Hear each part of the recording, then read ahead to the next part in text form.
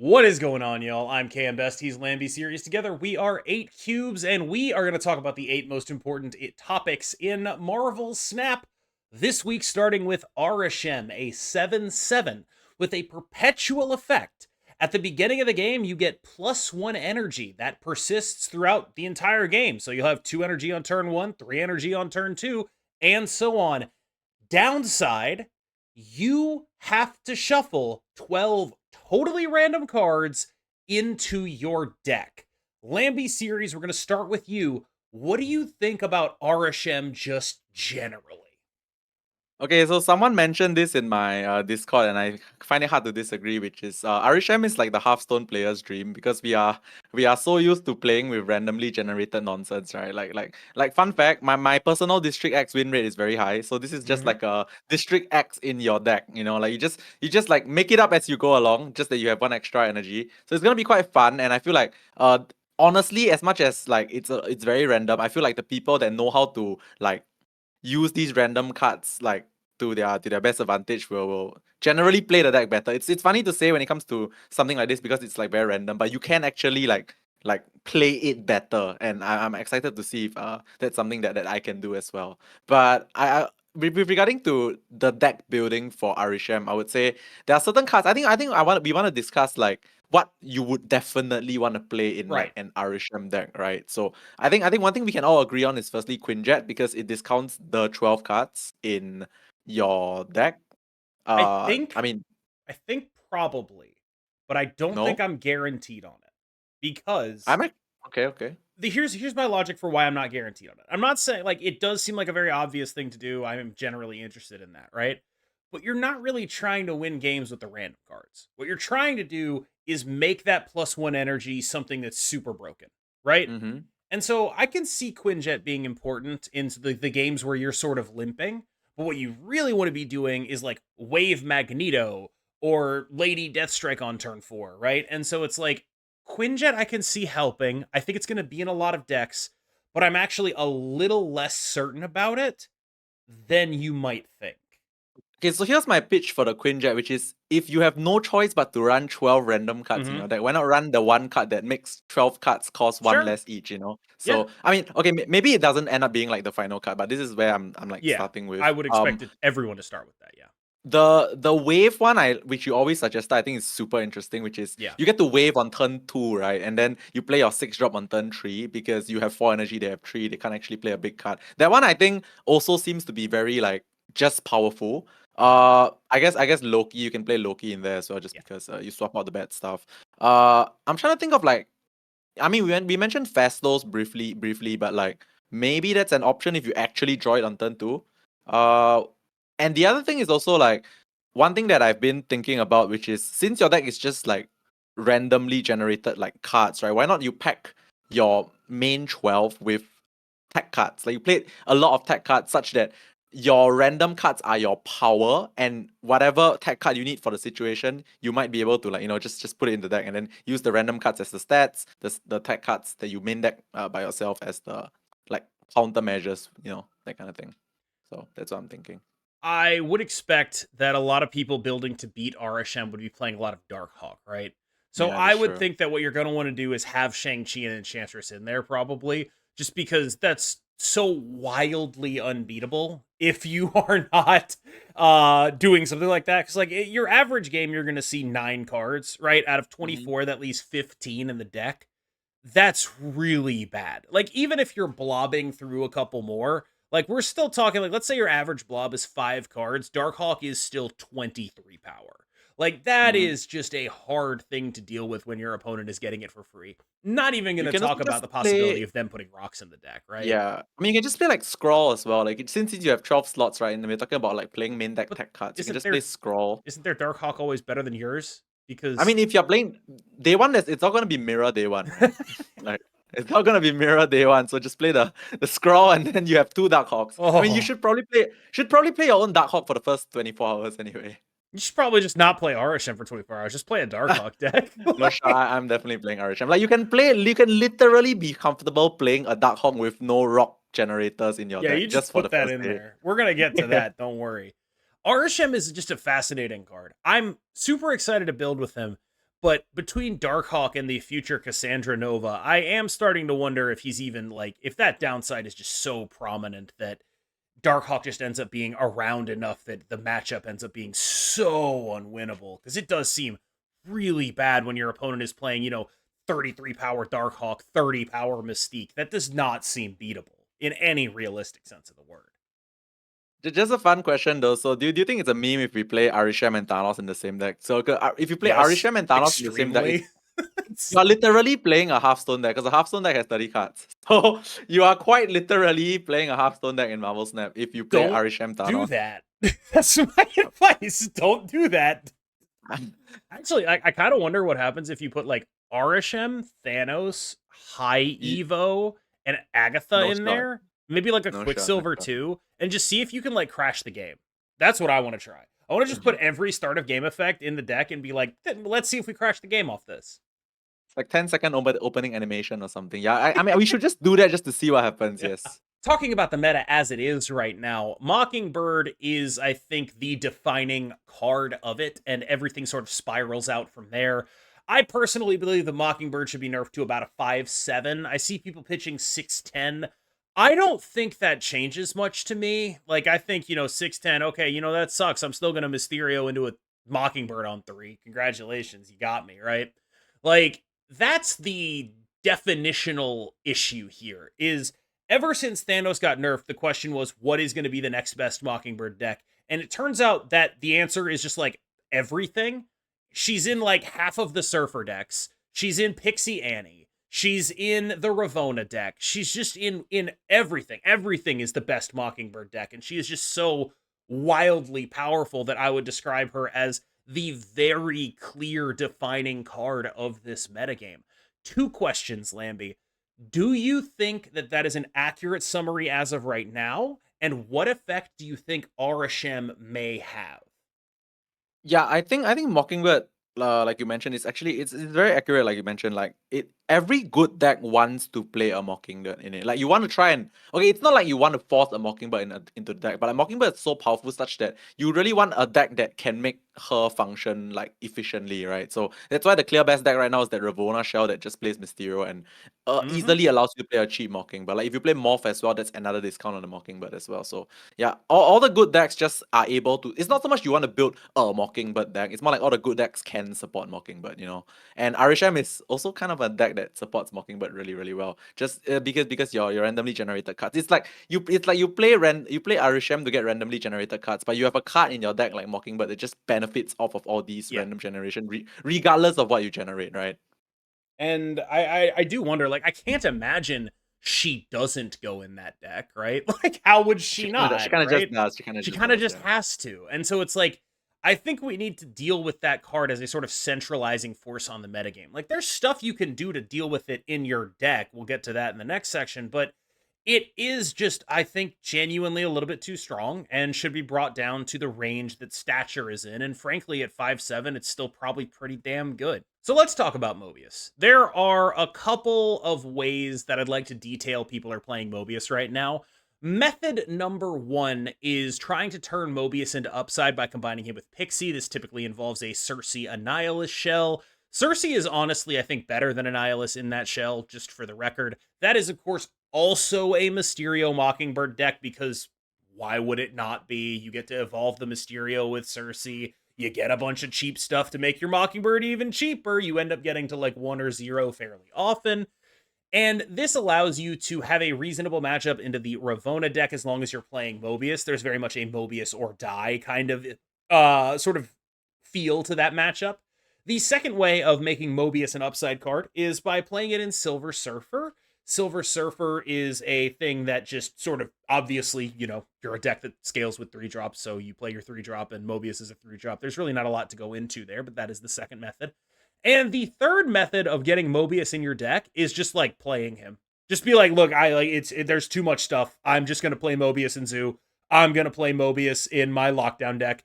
I cannot beat this stuff if I don't Mobius. And so right now, Mobius is, I would say, because of Mockingbird, the second most important card in this metagame.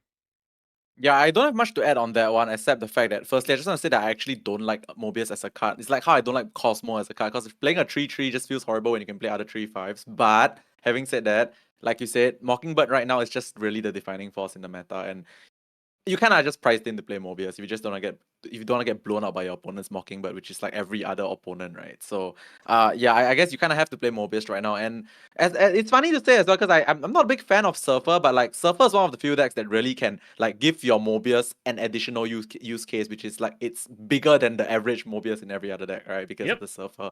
So yeah, I guess if you're playing Surfer right now, you just play a bunch of tech cards that are also sort of proactive, right? Red Guardian, Nocturne, Mobius, Killmonger, semi-proactive. Like you can just play these cards out, and then like if they don't have like the best intended effect, you know that they're gonna get buffed by Surfer anyway. So it's like very low downside to just play like a Surfer deck with some of these tech cards. Speaking of tech cards that Silver Surfer gets to play, Killmonger is, I think, slowly becoming one of the more defining cards of this metagame.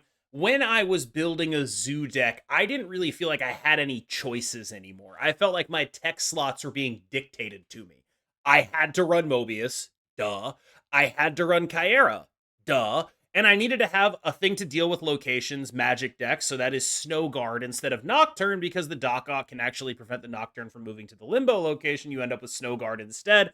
And those are like 3 tech slots that you normally get to play with in Zoo. You get to like explore and be like, oh, I'd like to try to beat X, Y, and Z. I would like to customize my deck for this matchups. They are being purely dictated to you by the prevalence of Mobius, the prevalence of Killmonger, the prevalence of Darkhawk magic decks. Like you don't have any other configuration that makes even as close to as much sense to me. And I think a lot of that is just Killmonger is picking up in use. It's people are playing Destroy, people are playing Silver Surfer, and there are probably, I don't know, I feel like probably 20% of your games, there's a Killmonger potentially about to show up if you're playing Zoo. I just want to add one thing also, like everything you said has like hit the nail on the head. But like I've tried this and I've seen some people in my Discord try this as well, which is you just play Killmonger in your tempo deck, right? Like if you play like just a regular stats deck that's not like a Ravona deck. You want to play like your normal tempo stuff. You want to like just like play a tech card. You just play Killmonger in that deck. You invalidate all their early game, and then like a lot of people, or at least like people that I know, they just go Sandman on turn 5. Like you go Killmonger on turn 3, you blow up all their early game, and then you Sandman on turn 5, which means you prevent Tina from getting buffed, and then you can play like a Doom. I mean, that's like the HO recipe of like just winning, right? Like you just make the game Yeah. simplified to the point that turn 6 is all you care about, and then you have a Doom, they don't have a Doom. Like that's something that I feel like it's still enjoyable to do, as much as it's very simple. But you just go Killmonger, blow stuff up, Sandman, then you play the Doom, and then you just win. Or Uh, Nomura. yes. Or Nomura. I got Killmongered out of a Zoo deck today. Wow. That happened to me twice in the past 2 days. A Zoo deck running Killmonger. Like Isn't that like the Deathbird stuff, no, right? no, no, Like no, they no, play no. Not a no Deathbird Deathbird? deck. Like a Khazar Oh. Blue Marvel Zoo What? deck running Killmonger. Like that happened to me. And like That's so I don't even weird. think it's that crazy, right? Because they're running Kyera. And so suddenly it's one-sided Killmonger. Oh, it's like Luke Cage and US Agent kind of thing, right? Yes. It's like a Luke Interesting, Cage interesting. hazmat package. It's ridiculous, right? Like we have hit a point of I think I've never seen Killmongers in weirder places. I've just That's never true. seen them, right? And I lost like probably 12 cubes over the last few days to just a Killmonger out of a deck where there is no reasonable explanation for there being a Killmonger in there. It just was there, right? And that is the kind of thing, the climate that Zoo has to deal with right now. Like it might not be the best deck, but it's good enough that people are just like, nah, I'm not losing to that anymore. I'm not doing it. So with Arishem coming out, what do we think is the best thing to do with Darkhawk? Because I know not everyone is going to get Arishem. What is our advice to people who want to grief those day one Arishem players? Where do I you have start? What do you do? I literally have the deck list in my head right now, like as we Okay, were talking run about through this. it. Okay, not exactly, but you just go Cork, Jeff, something, Red Guardian, Nocturne, Rock Slide, Black Widow, um, Dark Hawk, and like You just play basically every tech. Oh, Killmonger as well, by the way. You play Sure. every tech. You play every tech card, right? You play every tech card, and then you play rocks, and then you play the Darkhawk. And maybe on the top end, you can even play. I know this is gonna sound crazy, but you can blink your rock slide into a Darkhawk. That's like another thing to consider as well, right? Because you guarantee the Darkhawk, right? If you think about it, like it's basically just you play every single like tech card known to man that hits on the Arishem deck. Then you play rocks, then you play Darkhawk, and I think it will just work. I was kind of thinking of like, yeah, we all know what the base Darkhawk build looks like, but one of the things I was thinking of was like, okay, what if we play Pixie Mobius Darkhawk? What if Darkhawk is our Pixie Mobius target? Like I've talked a lot about how bad Annihilus has been as a 5-drop in that deck. It has not been amazing. If Darkhawk is going to be way better and you want to run a 1-drop in Korg already, Pixie wants you to have 1-drops in your deck. I'm kind of tempted to try a Pixie Mobius build of Darkhawk. I'm also fairly tempted to just like try a straightforward mid-range build with, every good card that's come out over the past 2 months and just be like, haha, check this out. Like, what if we play it in the Ravona shell, right? Like, what if that is our 5-drop and we're playing, Ravona, Mysterio, whatever, just figure something out like that. Maybe we're cutting Ravona and Iron Man, we're playing Darkhawk stuff instead, but we're still doing Thena and Angela and all the broken stuff, right? I'm not really sure, but that seems plausible to me. The real I mean, thing I'm interested in is how do we get Mystique in there? yeah, oh my god, that was literally the thing I was about to say. Like, Yes. that was okay, swear, that was exactly what I was about to say right before you said that, which is if we are just going so hard on Darkhawk with like a dude that's playing 20 cards in their deck, why not just play Yeah. Mystique as well? Because like Mystique Darkhawk makes a lot of sense, right? Like I guess Ravona Iron Man, because Yeah. Ravona and Mystique makes sense, right? I feel like okay, maybe it's a bit overkill, but at the end of the day, I feel like if you are really going so hard on this Darkhawk on one location, and then your other location is a Mystique, it's like two monsters in two separate locations. How do they ever beat that, right? Yes. It's It just makes a lot 30 of sense power, right? Like actually. that's combo output, right? When you have 30 Yeah. power on a location, you have done something abnormal. Like that is not something that is reasonably able to be beaten, especially with randomly generated cards. I want to talk about perhaps my least favorite archetype in the game, that is Magic Darkhawk decks. These are eminently playable, but they're really scraping at that level of playability. And what I'm kind of wondering is like what these decks are incredibly good at winning like 1 or 2 cubes. They're amazingly powerful at that. What I'm kind of wondering is A, what are your thoughts on them? B, do you think Deadpool's Diners format incentivizes playing these like Galactus type decks where it's just like, I am so good at winning 2 cubes because that's multiplied so heavily in the Deadpool's Diner format? Okay, so I've weirdly enough, I've had a lot of experience playing against Mill because some people that like in my community they love playing. It's like a cult. They love playing this deck so much. So I've had a lot of experience playing against it on my server when I stream. So this deck is not something that I like as well, but it does get the job done in a very weird way. In that there's like a certain level of inevitability to it. Like Mm-hmm. when they snap you, they snap you with literally the ability to burn through your entire deck. Right? They cable you, they gladiator you, they Zemo you, and then on turn 5 you have no cards left in your deck, and then they snap you because you cannot draw cards. Like it's the thing. Like they always do that, and the funny thing is, as much as I don't like it, it actually does work certain times. And like versus combo decks, it's a nightmare. By the way, like combo decks hate this deck. Like imagine a Tribunal deck that just has like every turn there's a chance that they lose the Tribunal or Iron Man or Onslaught to a random mill. Like even Hela, by the way, Hela hates this deck. Like Hela hates this deck as well. So it might not be the most like entertaining thing to play for me, but I feel like this mill deck is actually just naturally built to like beat up and destroy combo decks. I mean, since you're talking about mill, we're talking about magic. Yeah, the seventh turn, as much as it's easily disrupted by things like Nocturne, I would say that like there's also an equally good chance that they just mill or steal your Nocturne. So like, it's a weird deck. Like I don't think it's bad. I don't think it's great, but versus the right things, it just obliterates them completely. There's also this little game you play with Nocturne, right? Where A, you're trying to magic the location they play the Nocturne on, but B, if Yeah. you can't accomplish that, you try to Darkhawk the limboed location so they can't Nocturne it. And so you end up in like being able to make sure that there is a turn 7 a lot of the time. And that turn 7 is very crucial to those decks. But at the same time, it's like to their detriment, right? Like by the time turn 7 is happening, you know, and your opponent knows that the game is over. We like you. There are very rarely situations with that deck where we're going into turn 7 and I'm going to win 4 cubes or 8 cubes out of it because they're leaving. They're looking at a Yeah. clogged Darkhawk lane and they're like, "Oh, I'm dead to everything." And that's like it's awkward for the snap profile because you want to snap the dock, but then if you snap the dock and he betrays you, you just instantly die. And if you don't snap the dock, you end up winning very small cube amounts. And so you end up in these situations where it's like, okay, if I snap before the dock and dock betrays me, I'm out. But also, I don't ever win more than 2 cubes unless I do that. It's a very weird Yeah. situation for that deck.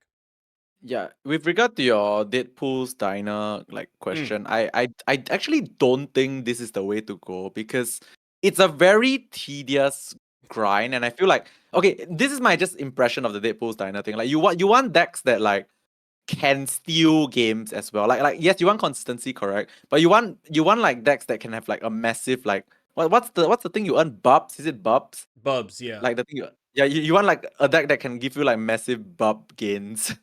So I don't think this is one of those decks that can do that, right? Because like you said, the moment they see the inevitability, they're just gonna retreat for the minimum. Either that or you are very good at snapping, and this is one of those decks that like the moment you see the vision of the milling of the entire deck, you just snap super duper early, and then maybe you get them to commit a little bit more, you know? So, one card that I see a pretty enormous amount of complaining about is Sage.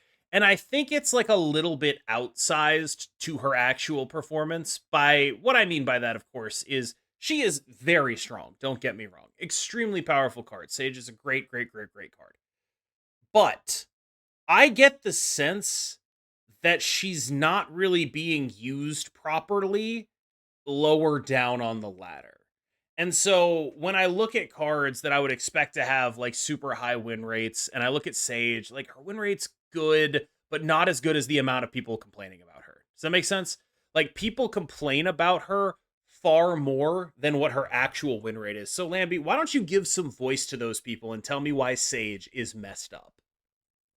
Okay, so the first thing about Sage being messed up is that it's like a hit monkey that every deck can run, and you cannot run hit monkey in every deck because it takes a lot of setup, right? The only setup that Sage needs is your opponent needs to play cards, and newsflash, your opponent always plays cards, right? On turn 6, locations are very full, like 90% of your game. So on average, your Sage is like a 310. Like 3-8 is small, by the way. If you play Sage on turn 6, it's like a 310 or even the best case scenario is like 312, 314. And that happens often enough if you play Sage on turn 6. I feel like Sage is one of those cards that you, how should I put it?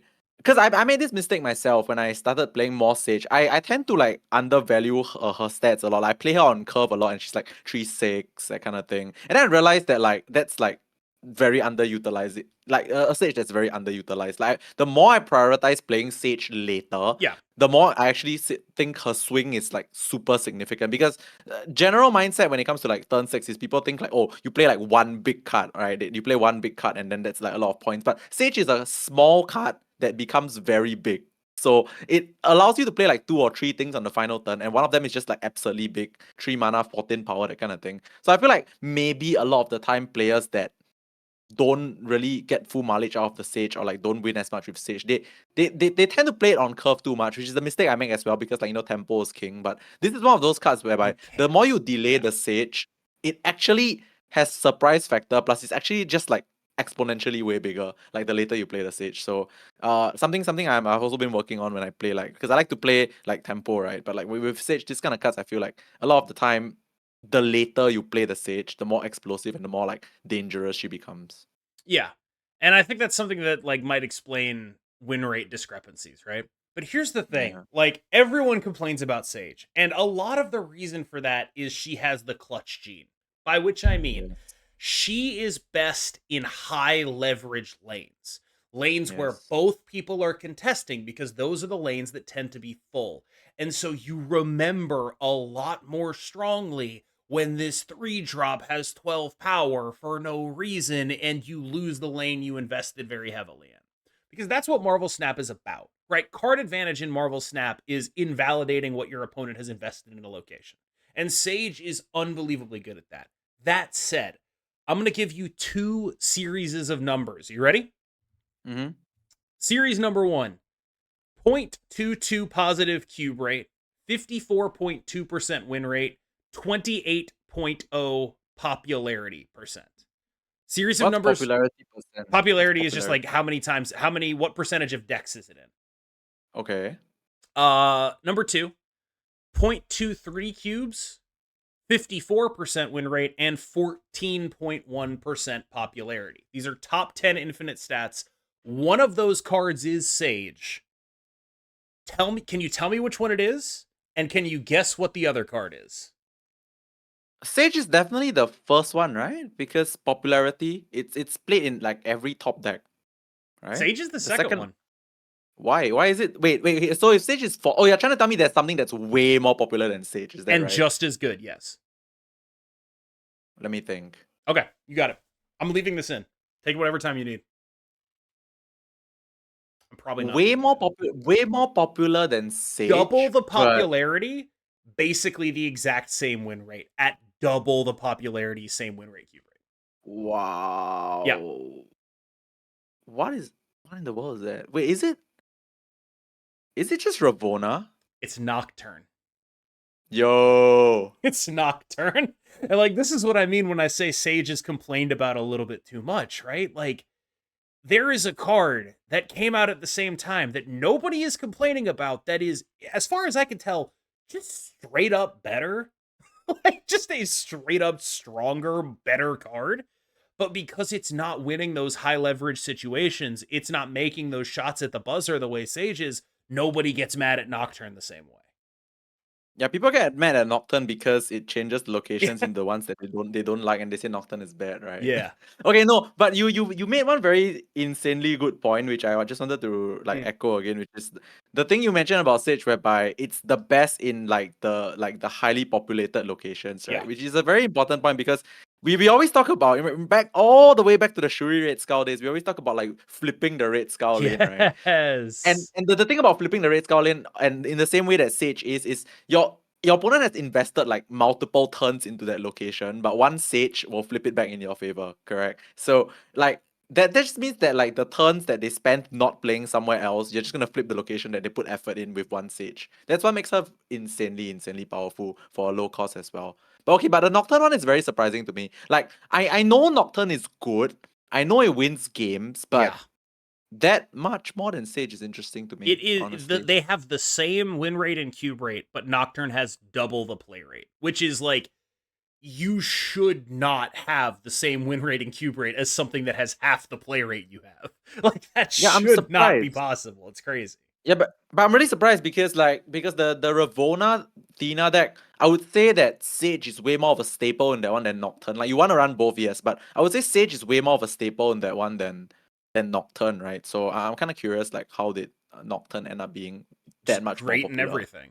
It's great in everything. It's great in Silver Surfer. You can run it in Pixie Annie. You run it in that deck. It's just in everything. Okay, true. You can play in more decks, yeah, than Sage for sure. Okay, that makes sense. Finally, a little bit of a progress update. We've talked about my deficiencies as a player, how I'm trying to grow.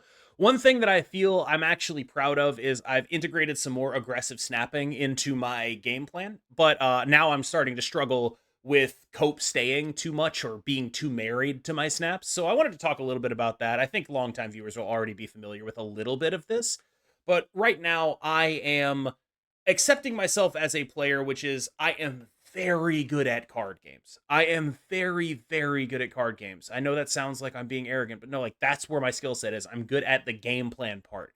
I am not good at the snap mechanic. And like, right now I'm ranked 13th in the world, and I am so positive that there are at least 50 to 100 people on the server who are better than me at snapping. Easily. And I am working to fix this, snapping more aggressively, but I'm just not good enough at leaving for 2 yet. I'm just not good enough, and I have to get better. Okay, so I'm not gonna like. Okay, so normally at this point is the part where I actually give like advice on what to do and stuff like that. But I feel like you're already like in the process of like doing the thing, I'm and I working don't on it. actually have. Yeah. Like you're in the process of doing the thing. So I feel like what I want to say here is more of like a myth buster thing, which Sure. because I have like years of like ladder grinding experience, right? So I can honestly tell you that like the people that are so-called the 50 to 100 people that you think are like better at snapping than you, they may be a bit better than snapping than you, but what they are actually doing is that they're just saving time. Because at the end of the day, if you are really good at like retreating and snapping, and everyone around you knows how to play the cards, what the people that are good at retreating and snapping are is they know how to like leave early so they don't lose so much cubes, but they know how to leverage on like good situations and snap early to get the cubes like from their opponent quickly as well. So in a sense, if you are good at minimizing losses and maximizing wins, you actually just save time on ladder. So I guess if two people spend 10 hours playing the game, equally good at playing the game, but one is better at snapping, probably the one better at snapping will have more cubes at the end of 10 hours, yes. So I guess the thing that you're trying to improve, or like anyone that's trying to improve when it comes to snapping, is if you are equally good as the other guy is playing cards, if your snapping improves, you probably save time. You probably like take less time overall to get like that amount of cubes. And I guess it's important, right? Because at the end of the day, you can play like an infinite amount of ladder games because you just can keep clicking the play button, right? No matter what. But I guess good snapping on ladder just means that you are more efficient at gaining those cubes, and I think it's a very relevant skill set to have if you want to grind. Yeah, it's definitely the weakest part of my game, and definitely something that I'm trying to make an effort to get better at in an explicit sense. And I'm, it's been like I've been stalling out, right? Like it's just been like some tough like 8 cube losses. I think I have lost like probably 10 of my last 12 or 13 8 cubers, and it's just like that's tough to deal with because I'm just not good at this situation yet. I'm not good at. I haven't been enough practiced enough in those high leverage situations. I was too risk averse for too long, and now I'm finally stretching my legs, and it's like, oh man, I'm getting kicked in the head a lot. But it's okay. I'm good enough to make it back, and hopefully I'll be able to internalize that and hopefully grow as a player from where I'm at right now. Yeah, I think you definitely can do it. Like, and also I just want to throw in one fun like experimental curveball to all the any viewer that wants to try this out, because I actually did this back in like September or October, where I hit my top 10 finish for the first time because I wanted to try a certain system that I was doing, right. So what I did back then was I had this very, very strict rule. It's not exactly a fun thing to do, but it's fun to see the results. So what I did was that I never stayed. If my opponent snapped me first, I instantly retreated. And if I snapped and they snapped back, I also retreated. Like, it's just no matter what. Like, you follow this textbook thing whereby if they snap early, you always leave. And if you snap and they snap back, you also always leave. It's just like discipline, you know. You will eventually reach the guy that wants to play you for 8, even though they know they've lost. And then you get all that 8 cubes. So it's a very slow and grindy system. But I actually followed this for 1 whole month straight. Well, almost. Sometimes I let the human factor get a bit better of me, and I cope state as well. But like for the most part, I followed this system for like an entire month, and I was in top 10. So it can be done. It's just very tedious and very unfun. But like, if you are more robotic than your opponent, there's a very good chance you will meet the pumpers and the 8 cube people more often than you being the one gifting the 8 cubes. Yeah. But it's boring. It's boring. It's really boring. You gotta make them the pumper, not you. Yes. All right, y'all. Thank you so much for making it through that episode. As always, I've been Cam Best. He has been Lamby Series. You'll be able to catch the next one on his channel. Lamby, take us out. Thank you so much for being here. This is a really fun one to record, actually. Like, all the topics was something that I kind of really enjoyed all the topics today, actually. So yeah, thank you so much for being here. I'll see you guys on the next one on my channel. Take care. Bye bye.